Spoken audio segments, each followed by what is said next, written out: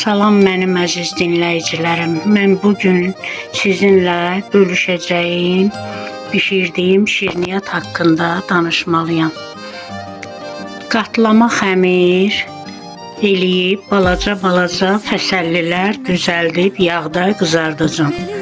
İçinə qatdığım ərzaqları: bir yumurta, bir çay qaşığı duruş, isti su töküb, onu ya da ilıq süt töküb, onu qoyuram gəlməyə, maya olmaq üçün.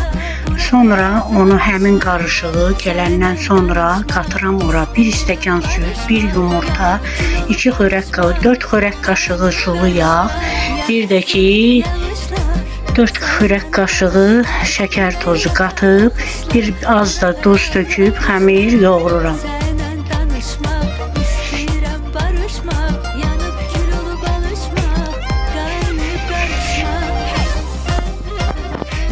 Xəmir ələ yapışmayan yumuşaq bir formada olur. Sonra onu qoyuruq dincəlməyə. 1 saat dincəldikdən sonra götürüb xırda yuxalar, balaca yuxalar yayıb, yağlayıb üst-üstə yığırıq. Elə bir 3 yuxadan bir kəsirik balaca. Sonra onu dümürlüyüb, necə şorboğalında elədiyimiz kimi eləyib yığırıq qırağa.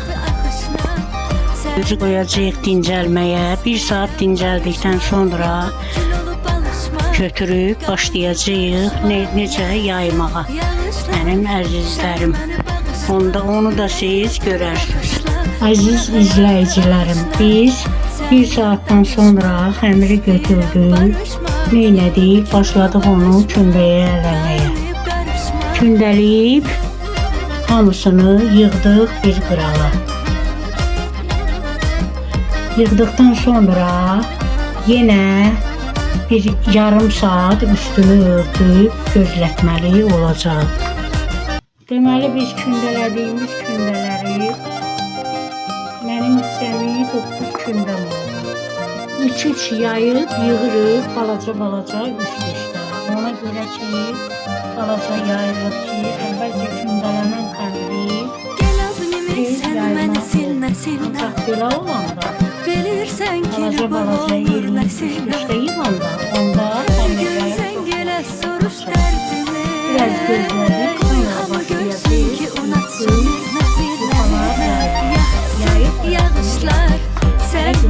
Düzəltdiyimiz yuxaları bir yayıb arasını yağlayırıq. Deməli, yuxaları bir qoyduqca aralarını yağlayırıq. Necə ki şorboğalda olan kimi. Ancaq 3 dənədən bir kəsirik. Kəsib nazik yenə necə lazımdırsa sizə göstərəcəm.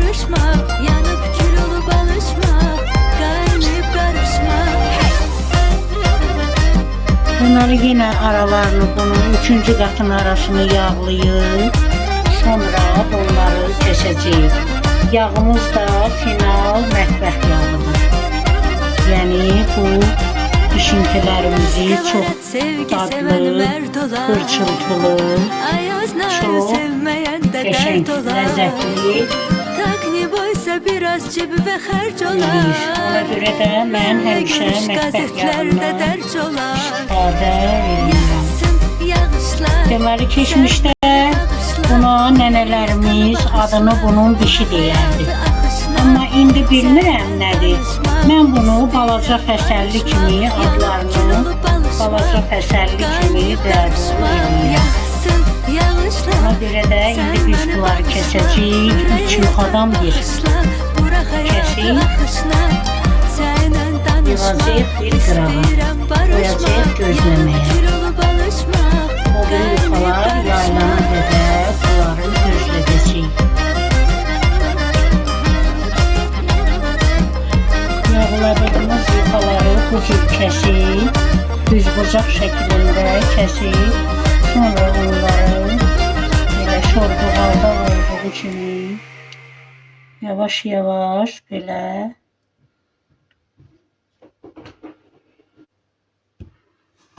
Şorğuğaldan fərqli olaraq, deməli bunun arasına biz heç nə qoymuruq. Fəsəlli şəklində indi bunları yayacağıq.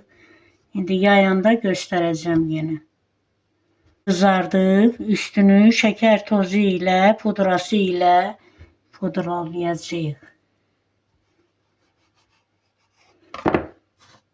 Çox qəşəng, xırçıltılı, ləzzətli şirniyyat olacaq.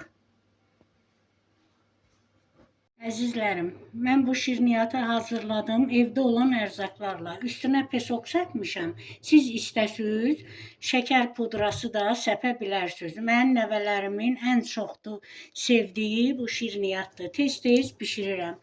Əgər xoşunuza gəlsə, siz də bişirə bilərsiniz.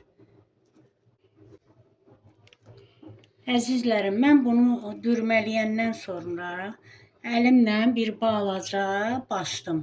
Yəni yaymaq istədim də, yaydım. Ondan sonra tavanı isidib, biraz yağ töküb, yağda qızartdım. Siz də istəsəniz edə bilərsiniz. Əgər xoşunuza gəldisə, bəyənməyi və kanalıma abunə olmağı unutmayın. İnşallah yeni reseptlərlə qarşınızda yenə görüşərik. Hələlik.